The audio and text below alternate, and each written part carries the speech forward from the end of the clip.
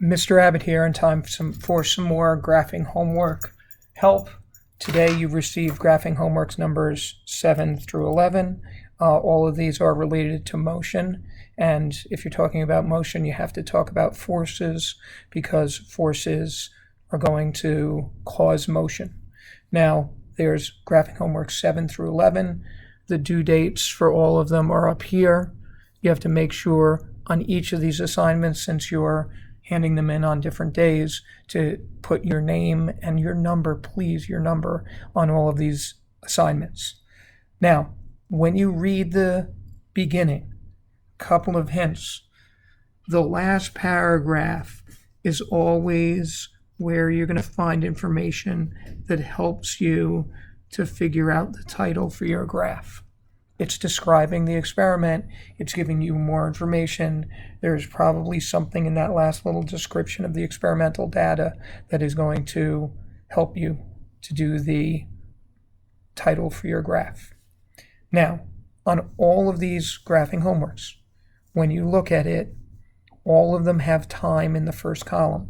So for all of these, time, for almost all motion graphs, time is the independent variable, and whatever is in the second column is going to be the dependent variable.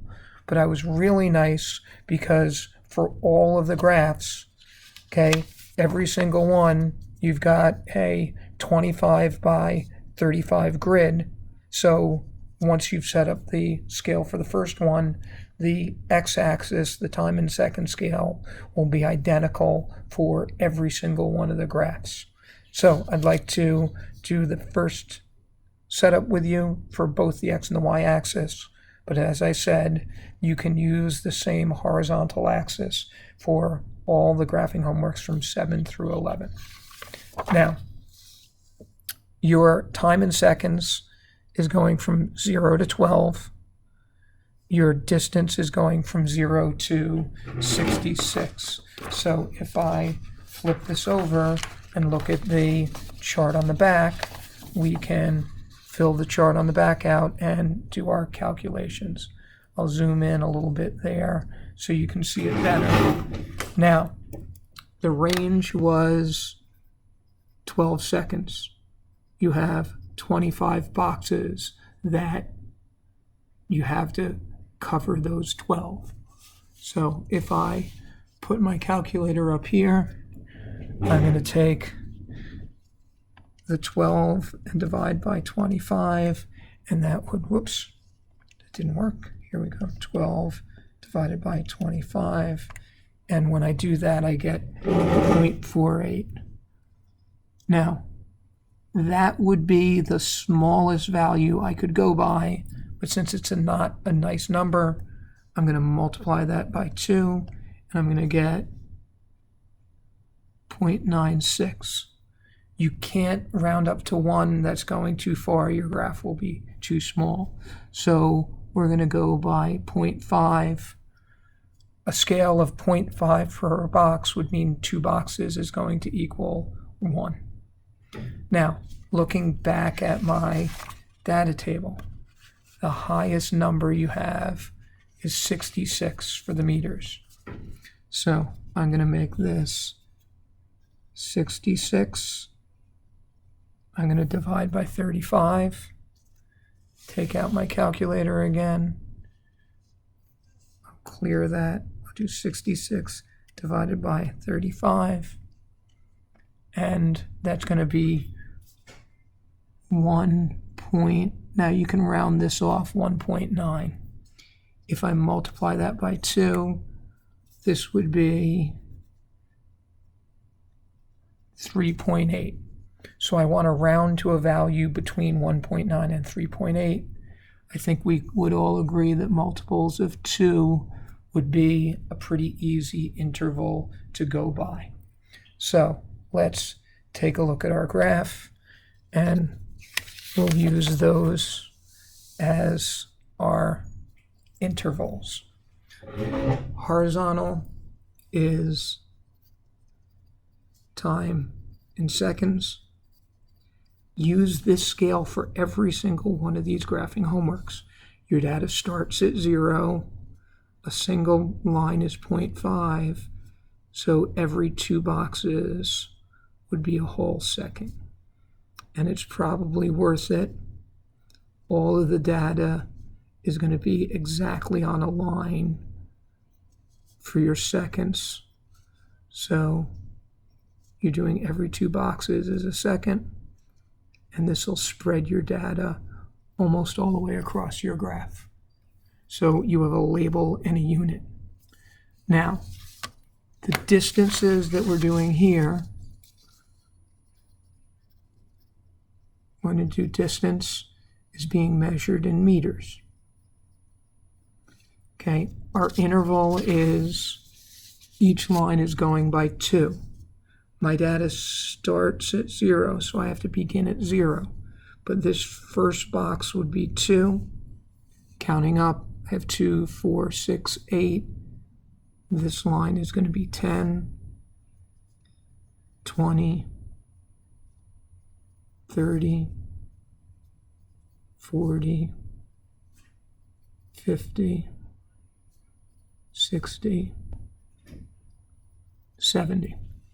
So I've set up the skeleton of this graph, and next I can look at the title. I go back to the front of the sheet, and it tells me the data below represents the distance an object travels at a constant velocity. So this is an object moving at a constant velocity. I may as well put that in the title.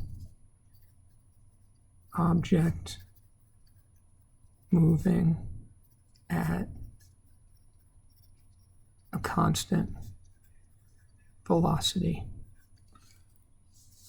Now, to plot the points, you need the data table. The first point clearly was 0, 0, so you're going to put a point right there. At 1 second, it was 5.5.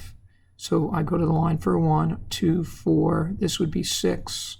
5 would be in the middle. So 5.5 is going to be 3/4 of the way up.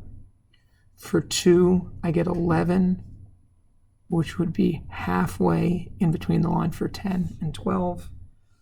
For 4, my value jumps up to 22. So that's going to be right at the intersection. This is 20. One line up would be 22. 6 is 33. So I'm going up till 30, 32, 33 would be exactly in the middle. 8 is 44, which should be right on an intersection. So this line is 8, 42, 44. I'm putting my mark here. 10 is 55. That's going to be between lines. So I'm at the line for 50, 52, 54.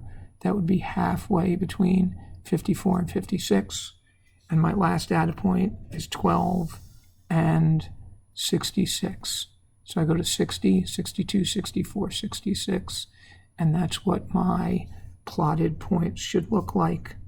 Now, since this looks like a perfectly linear graph, it's a perfectly straight line, you could take a ruler, and if you take a ruler, you can use the ruler to connect your points.